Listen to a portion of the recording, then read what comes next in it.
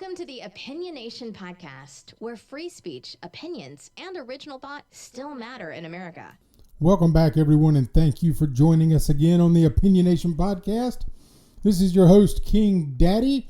Sorry for the 2-month layoff that we've had, but we have been doing some work in the studio, some revamping of some equipment, and doing a few things around here just to make things a little better for you. And we're back now. Today is going to be kind of an inaugural new comeback podcast, but we will actually start back up the regular downloads starting after Thanksgiving. But I'm going to go ahead and give you something today that has been plaguing my mind ever since Tuesday. And it's not necessarily the story from Tuesday that has me concerned. It's the actions of people behind the story. I don't know how many of you have watched the new NWA Power television program that comes on YouTube on Tuesday nights at 6:05. But to make a long story short, one of the commentators on the show is Jim Cornette from way back in the day doing wrestling. You know, he was the manager of the Midnight Express. He's done a lot of commentary. Well, Jim Cornette made some remarks on the television program that I thought might be a little off color, but for him, they were nothing. But apparently enough people took offense to his remarks that he ended up resigning from the NWA. Well, the first thing that I want to say about that is, when did wrestling fans become such pussies? You know, back in the day, wrestling was all about heels and baby faces. And your heels generated what they call a pop by making you angry at them. They reached inside of you and pulled out emotion. They would say things a lot of times that the baby faces wouldn't say because they were the good guys. They were the heroes. And the heels were there to make you mad. Jim Cornette has always been a heel. Now, a lot of times he was a likable heel, but he has always had the heel persona. And everything that I know about Jim in real life, he carries that persona over into his own podcast and into his own everyday regular life as well. So before I go into talking about all this, let me just tell you what he said. And it wasn't really a big, huge deal to me. But there were two wrestlers in the ring wrestling, and one of them was some Murdoch guy. Murdoch's a big rotund man, been wrestling a long time. Well, Jim Cornette was trying to explain how tough that Trevor Murdoch is. So he made the comment that Trevor Murdoch is so tough that he's the only man he knows that could strap a bucket of Kentucky Fried Chicken on his back and ride a scooter through Ethiopia and still be safe. Now, granted, that probably does have some offensive undertones to it, but I do not believe that was meant as a racist comment. But here is what bothers me so much about the world we live in today. Everybody is so goddamn offensive or offended that you can't say anything to anybody now without pissing somebody off or causing some kind of a stir. I can remember being a teenager in the 80s, and we said shit and ribbed people and did things that if you did those things today, there would be people who were trying to take you to court, and all you were doing was playing and trying to have a good time at their expense. Now, Is it right to do that? Probably technically not. But is it wrong to do that? Again, probably technically not. But everybody today, in the climate that we are living in now, politically and every other way, is to be offended by every fucking thing that somebody says and to make it out to be something that it's not. If you talk about somebody's weight, they will sue you. If you talk about somebody's sexual orientation, they will sue you.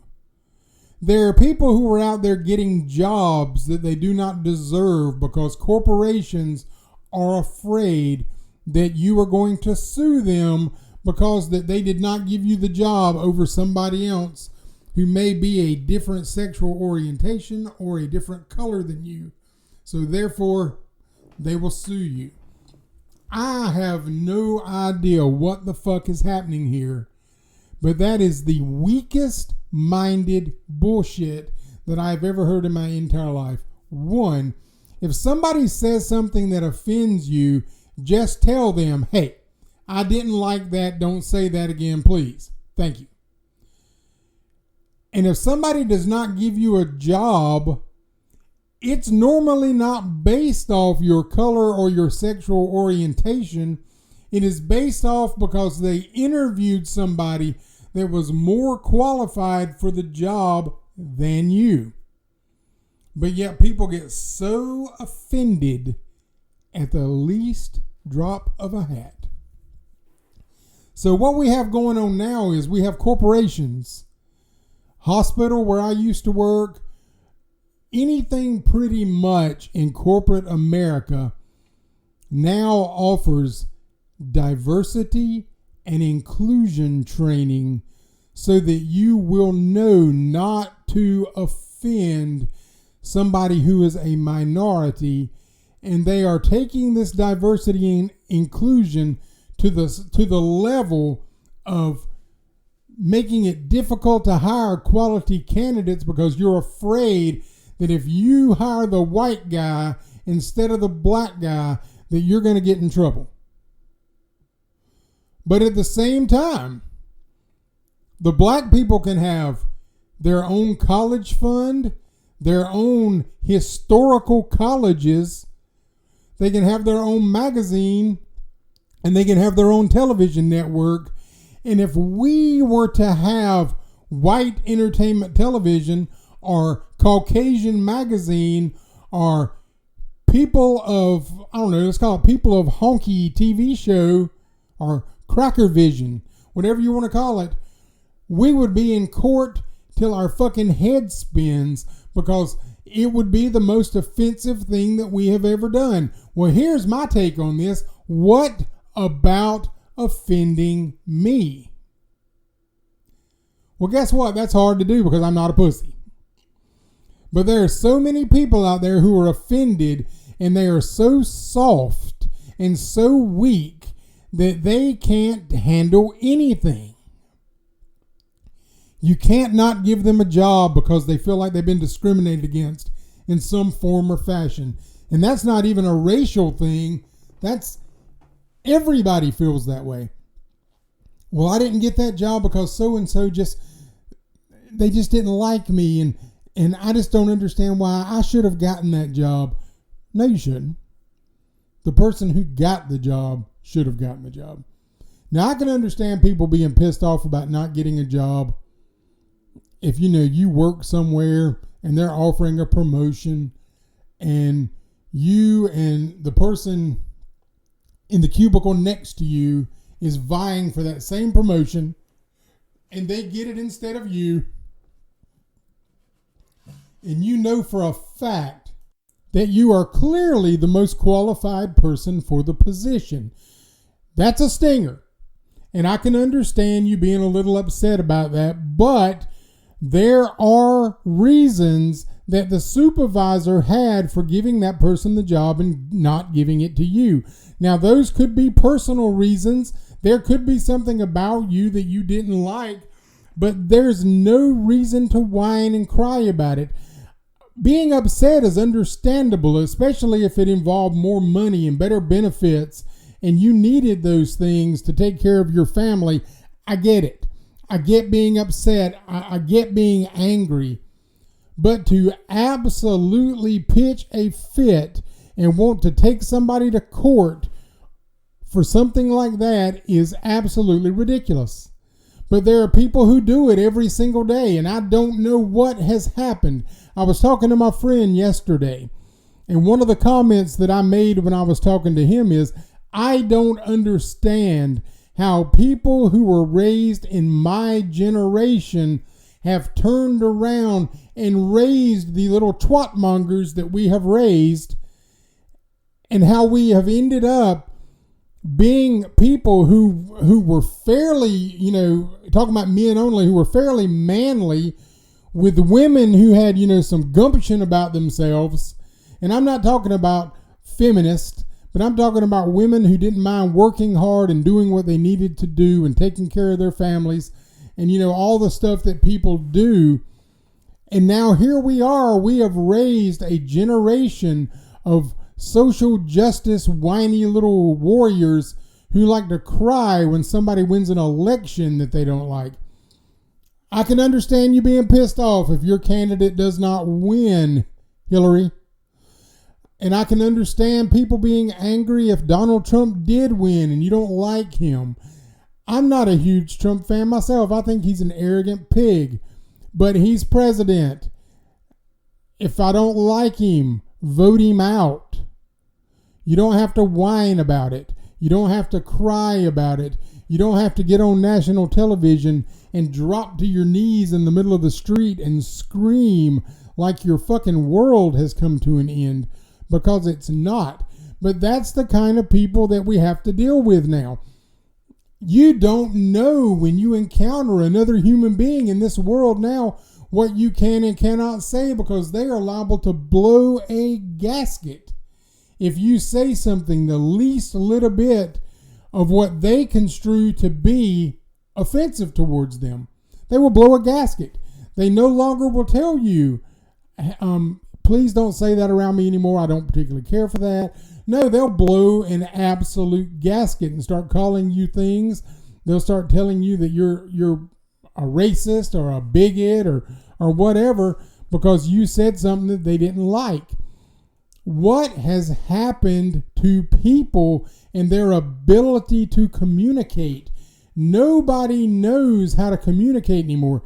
They know how to text and they know how to get on the internet, but they don't know how to communicate one human being to another human being because they've lost touch with right and wrong.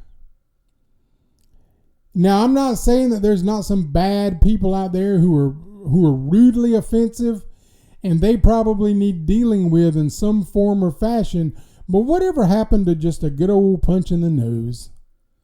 You could punch somebody in the nose that offends you or does something you don't like, and you used to get away with it, but now that's another one of those things. They'll take you to court for assault. You can't do anything like we used to do. You can't even smoke in a bar because some pansy got upset because they had to breathe bar smoke. Well, if you don't like to breathe bar smoke, don't go there. If you don't like, I don't eat meat. I'm not a meat eater. I have heart issues. I avoid meat at all costs because of the cholesterol and the fat. But I'm not going to tell you that you can't go have a good steak.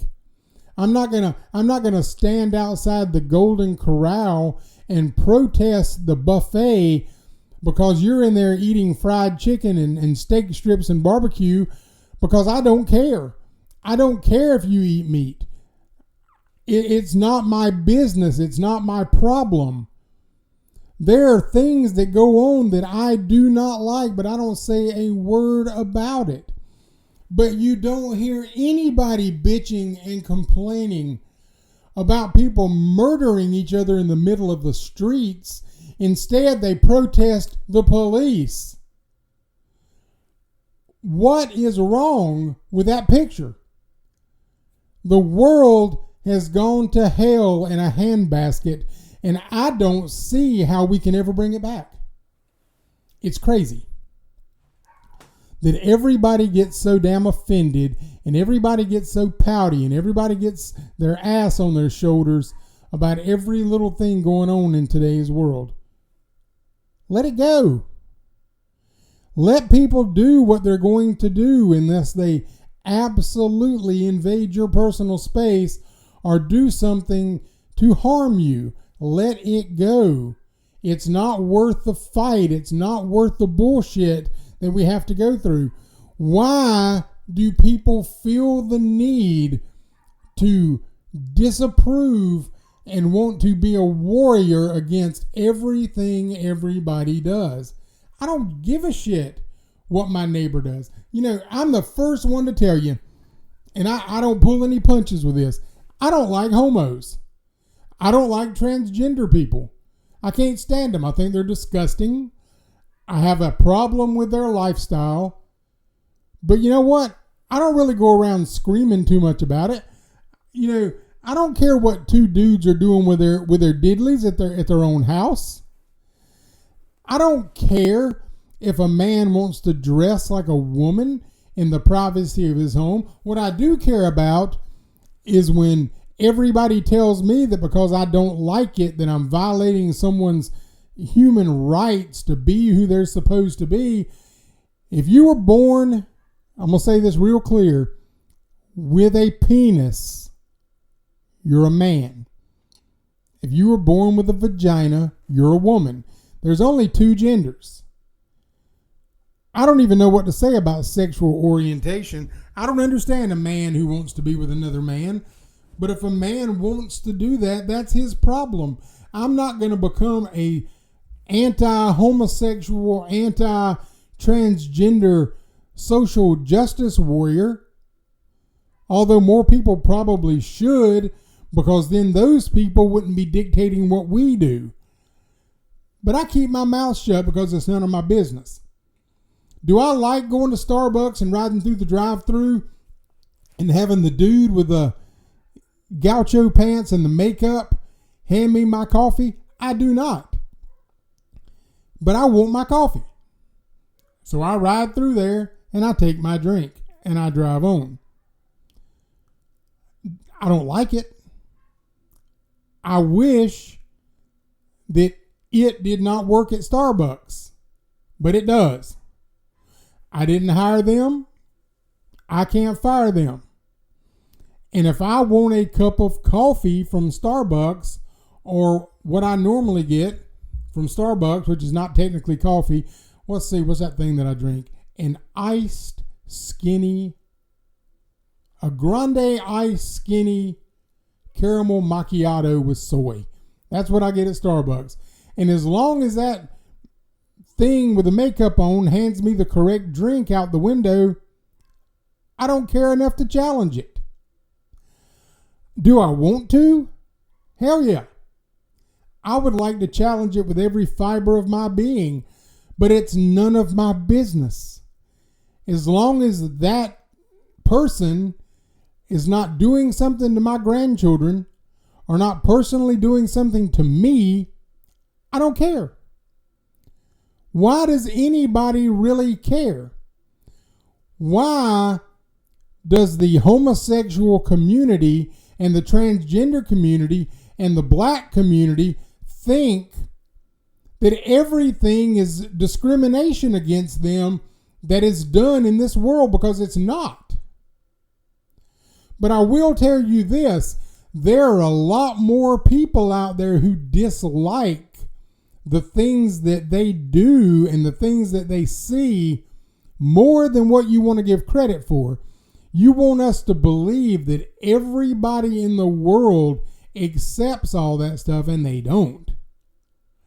But yet we have allowed that to win.